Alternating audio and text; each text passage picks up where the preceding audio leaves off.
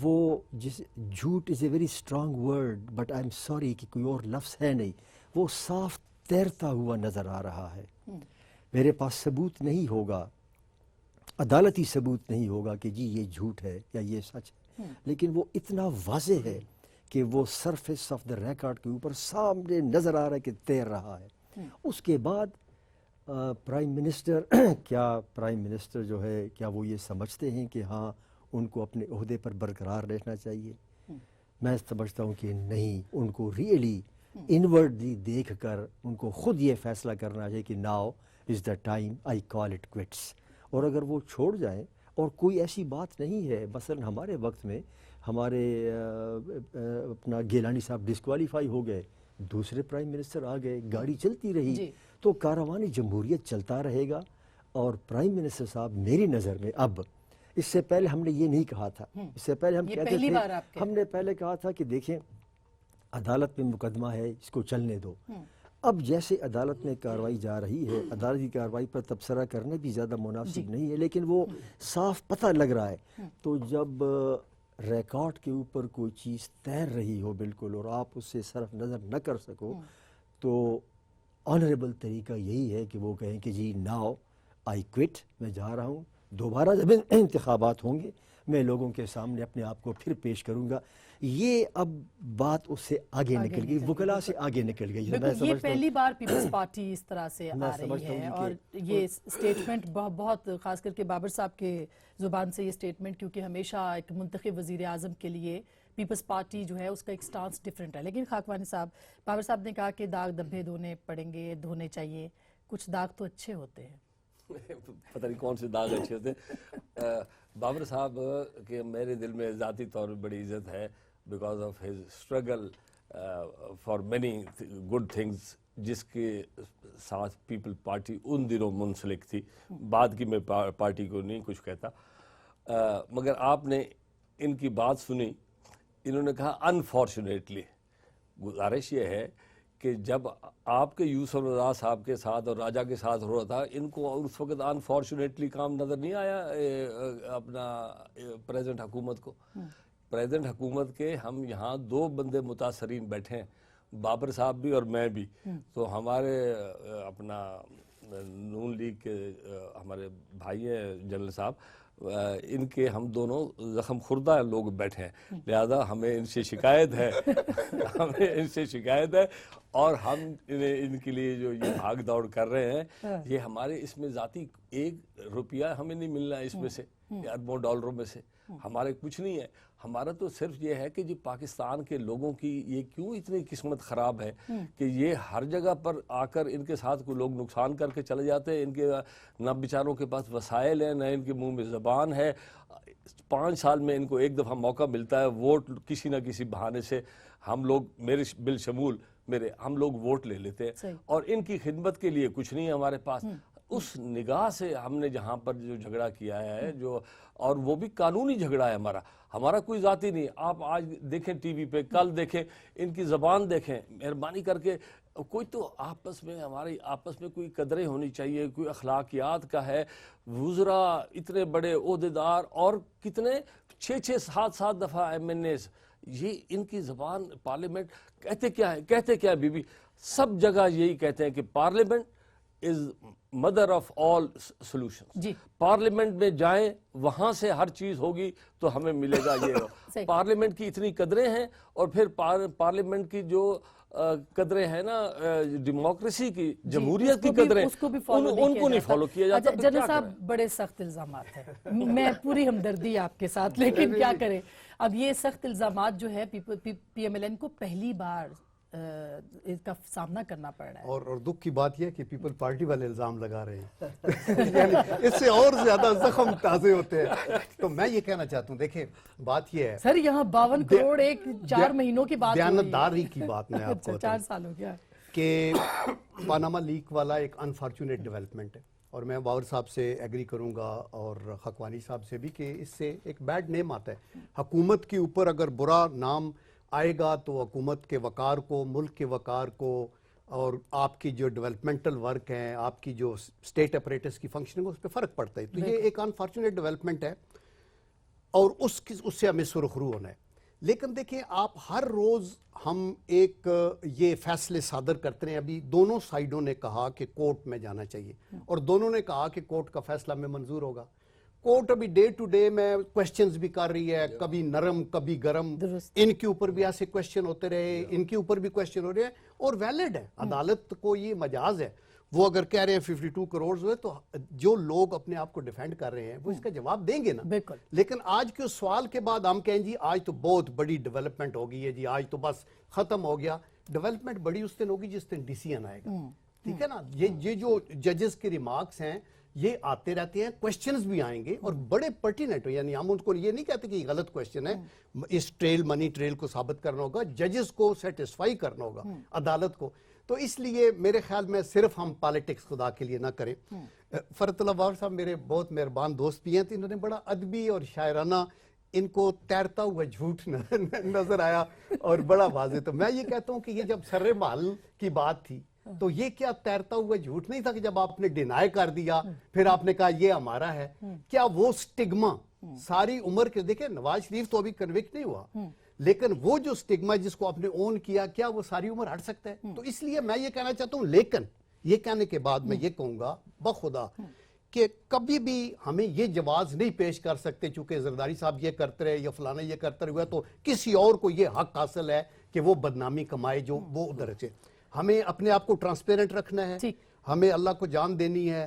جو لوگ کسی طریقے سے بھی ریگولیرٹی میں ملوث ہیں ان کو کورٹ کو سزا دینی چاہیے, اور لیکن نہ حق ہم ایک دوسرے کا کریکٹر ایسیسینیشن ہر روز ٹی وی چینل پہ بیٹھ کے ون سائیڈڈ نہ کریں. آئی ایگری ود یو, لیکن یہ پیپلز پارٹی کے ساتھ ون سائیڈڈ ہوتا رہا. یہ اب پہلی بار یہ مطلب ہم خود کرتے رہے, ہم خود کرتے رہے. میں کہتا ہوں غلط کرتے رہے نا. اگر پیپل پارٹی کے ساتھ کسی نے زیادتی کی ہے تو بہت ظلم کیا, بڑا غلط. آپ انسبسٹینشیٹڈ باتیں کریں گے تو وہ ٹھیک نہیں ہوں گی. میں کبھی بھی ان کو جسٹیفائی نہیں کرتا, لیکن اس ماحول کی جو طہارت ہے وہ کون کرے گا؟ میں کروں گا, فرت اللہ صاحب کریں گے, میرے بھائی خاکوانی صاحب کریں گے. ان کا میں بے حد احترام کرتا ہوں اور from the core of my heart کرتا ہوں. لیکن میں یہ کہتا ہوں کہ ہمیں سویپنگ سٹیٹمنٹ نہیں دینی چاہیے. ہمیں انصاف مدعی سے بھی کرنا ہے, مدعا علیہ سے بھی کرنا ہے. لیکن بابر صاحب یہ جو سٹگماز کی بات کی کہ پیپلز پارٹی کے اوپر سٹگما, اس پہ بہت زیادہ بات نہیں کرنا چاہتی, لیکن چونکہ اس کا جواب ضروری ہے. کیا یہ وہی چیز ہے جس کے لیے آج اخبار میں خبر چھپی کہ زرداری صاحب نے الیکشن لڑنے کا فیصلہ ملتوی کیا ہے کیونکہ ان کو کوٹیکنا کی بھی جواب دہی کرنی پڑے گی باقی چیزوں پہ, اور یہ سیاستدانوں پہ الزامات جو ہیں ہمیشہ الزامات ہی کیوں رہتے ہیں؟ یہ خبر آئی ہے اخبارات میں کہ زرداری صاحب نے فیصلہ واپس لے لیا ہے. میں آپ کی وساطت سے بڑا فرملی بتا دوں کہ زرداری صاحب انتخابات میں حصہ لیں گے, الیکٹورل پالیٹکس میں آئیں گے, اور یہ جو خبریں آئی ہیں کہ انہوں نے فیصلہ واپس کے لیے درست نہیں ہے.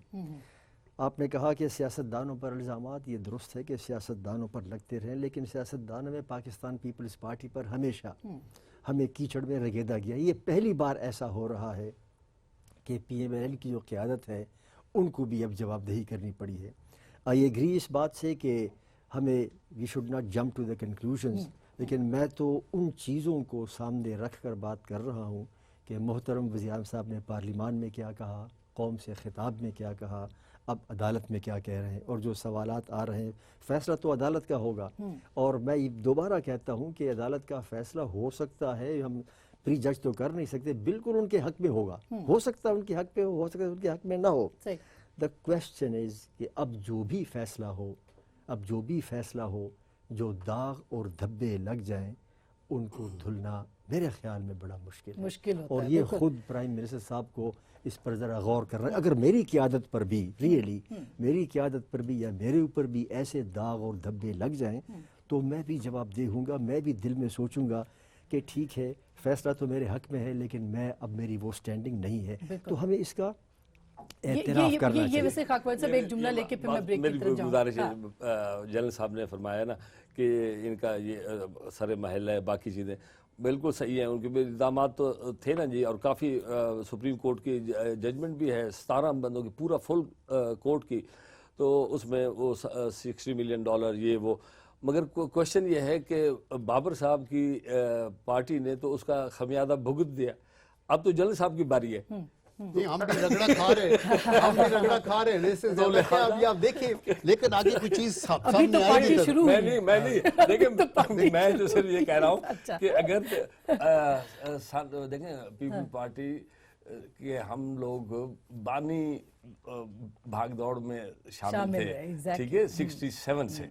اچھا، ہمارے گھر بھٹو صاحب آتے تھے اور ان کے باقی لوگ بھی اور بچے بھی ہمارے پاس آتے تھے، مگر یہ کبھی نہیں ہوا کہ ان کے حق میں کوئی بھی آج تک کوئی حق میں فیصلہ سپریم کورٹ، ہائی کورٹ، نیچے عدالتیں کسی نے نہیں کیا صحیح ہے ان کے۔ یہ آپ تسلیم کر رہے ہیں کہ پیپلز پارٹی کے ساتھ زیادتی ہوتی رہی؟ بالکل۔ اچھا سر، میں اسی پہ اچھا، بریک لے میں لوں، اس پیپل پارٹی کی بات کر رہا ہوں جو کہ جینون بھٹو صاحب ابھی والی پیپلز پارٹی باقی تھوڑا سا ان میں ویسے آپ تھوڑی بہت بلاول بھٹو والی پیپلز پارٹی قدرے شدرے گڑبڑ ہو گئی، اب مناسب نہیں ہے، کوئی چلے گئے، کوئی صاحب، یہ یہاں نہیں انٹرسٹنگ ہے۔ بات ہے۔ اچھا، ایک جنرل صاحب نے بات کی کہ چونکہ یہ سارا معاملہ تھا تو اس وجہ سے جو حکومت کا کام ہے، کارکردگی ہے، اس پہ بہت فرق پڑ رہا ہے، اور 1 روپے کی کسی نے آج تک الزام نہیں لگایا۔ بالکل بالکل، ایون بی بی پہ بھی بہت بعد میں لگا، پہلے ان پہ بھی نہیں تھا۔ ان کا میں نہیں کہتا، جن کا میں کہہ رہا ہوں وہاں تک ہم بالکل ہے، ان کے اوپر 1 روپے کا الزام نہیں تھا، اسی پاکستان میں رہتے تھے، اسی گھر میں رہتے تھے، باہر کے اندر ان کے وسائل تھے، مگر 1 روپے کی چیز باہر نہیں تھی۔ اب یہ الزامات بھی ہیں، اور ظاہر ہے کہ اس کے بعد ہم کارکردگی پہ بھی آئیں گے، کیونکہ ملٹری کورٹس کے حوالے سے بہت اہم ڈیولپمنٹس ہونے والی ہیں۔ کل ڈیورس پہ بھی ایک سابق آرمی چیف نے بات کی ہے اور کہا ہے کہ فوجی عدالتوں نے بہت بھرپور کام کیا ہے، اس سے فائدہ ہوا ہے۔ بریک کے بعد اس پہ بات کریں گے، میں ساتھ رہے۔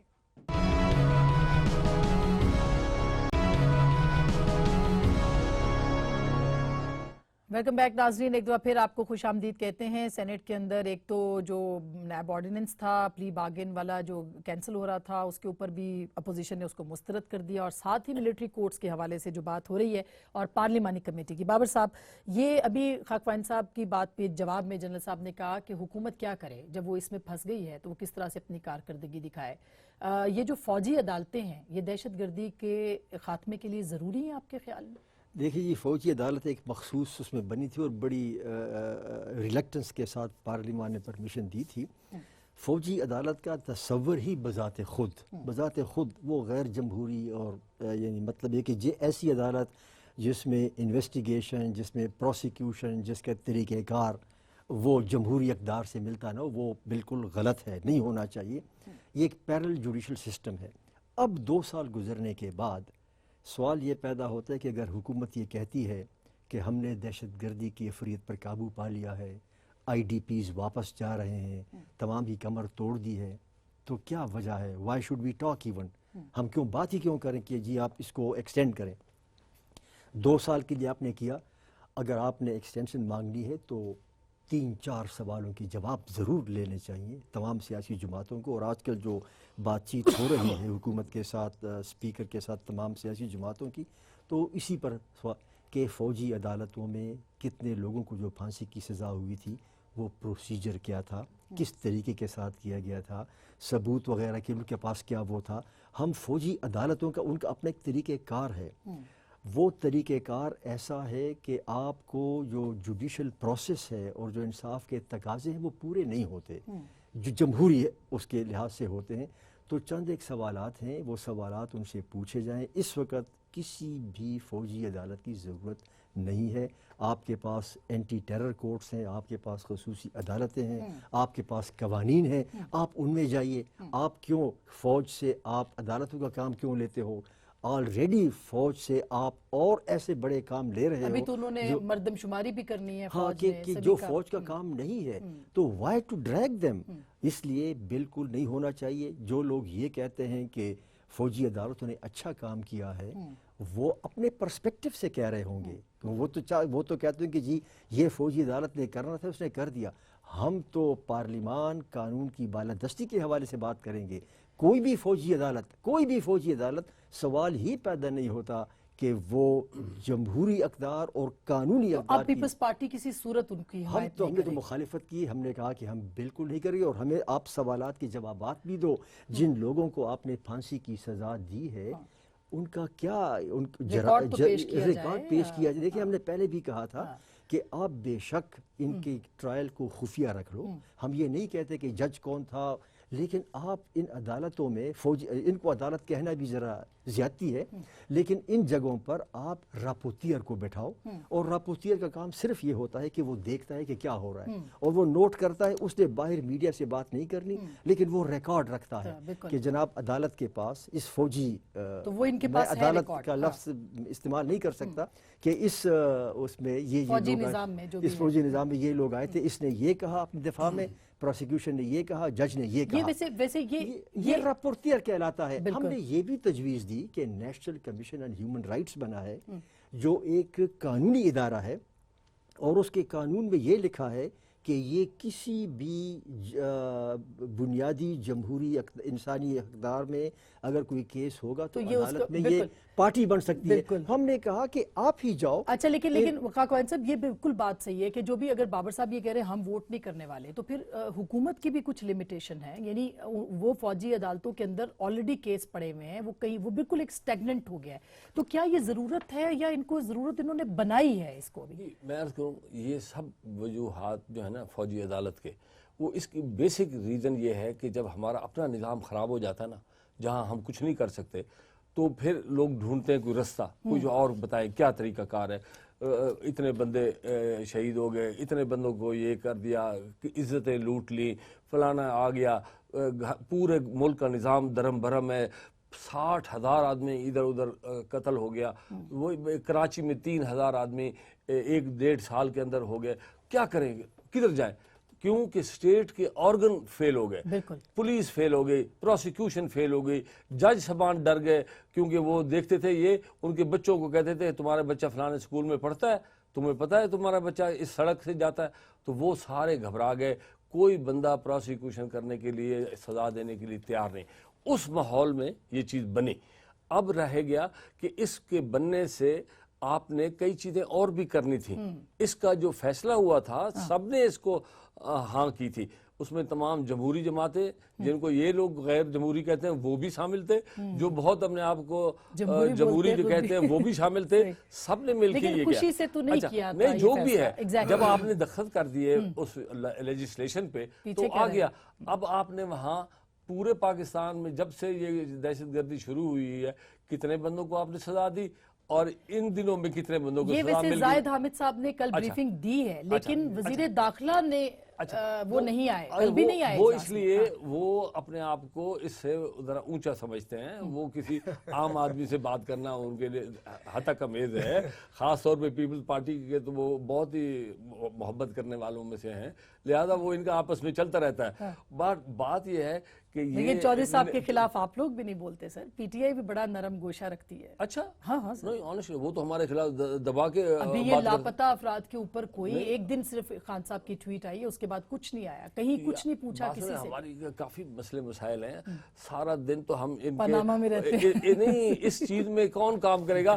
پورے پاکستان میں ایک آدمی ہے جو اس پہ لگا ہوا ہے، باقی ساری جماعتیں 30-35 جماعتیں ہیں وہ ساری چپ ہیں. اچھا اس کا مطلب ہے کہ چودھری صاحب کے لیے کوئی سافٹ کارنر نہیں ہے خاکوانی صاحب کے دل میں. نہیں وہ تو بالکل ان کے ساتھی ہیں. خاکوانی صاحب بالکل سچ کہتے ہیں. سارا دن یہ پاناما میں بیزی ہیں، ان کو تو خیبر پختونخوا کا بھی نہیں پتا کیا ہو رہا ہے. بہت سے لوگ ادھر دیکھیں ملٹری کورٹس پہ میں سیریس بات یہ کرنا چاہتا ہوں کہ 2 سال پہلے ہم نے یہ دیکھا کہ غیر معمولی پاکستان میں حالات ہیں اور اس میں غیر معمولی اقدامات کی ضرورت ہے. ہمارا judicial system over a period of time 70 سالوں میں جس میں ساری پارٹیاں انوالو رہی ہیں، ہم اس طرح گیئر اپ نہیں کر سکے. اور یہ بھی اور 4 مارشل لاء اور حالت جنگ میں ہیں ہم، اور مارشل لاء بھی، یو آر رائٹ. اور یہ تباہی بربادی ہے. تو ہم سب سر جوڑ کے بیٹھے اور ہم گریٹفل ہیں کہ ساروں کے اندر قوم کا درد تو ہے نا. سب نے بیٹھ کے تو یہ کہا کہ 2 سال اور اس کی سن سیٹ کلاس بھی رکھی. ابھی اس ایفرٹ کے ساتھ اور اس امید کے ساتھ کہ انشاءاللہ ہم 2 سالوں میں اس کے اوپر مکمل کنٹرول کر لیں گے، پوری ایفرٹ کے ساتھ، ساری قربانیاں دینے کے باوجود، بہت سی کامیابیاں حاصل کرنے کے باوجود آپ فلی طور پہ ابھی تک کامیاب نہیں ہوئے. اور جہاں آپ کو کامیابی ہوئی بھی ہے، ہمیں یہ پتہ ہے آن گراؤنڈ کہ یہ ملیٹنٹس جو ہیں یہ بارڈر کراس کر کے تو وہ بارڈرنگ پروونسز افغانستان میں چلے گئے. ٹھیک ہو گیا. اور اس کا پکا ڈینجر ہے کہ یہ ادھر سے دوبارہ آ کے بھی آنسلاٹ کر سکتے ہیں. تو میں کہنا یہ چاہتا ہوں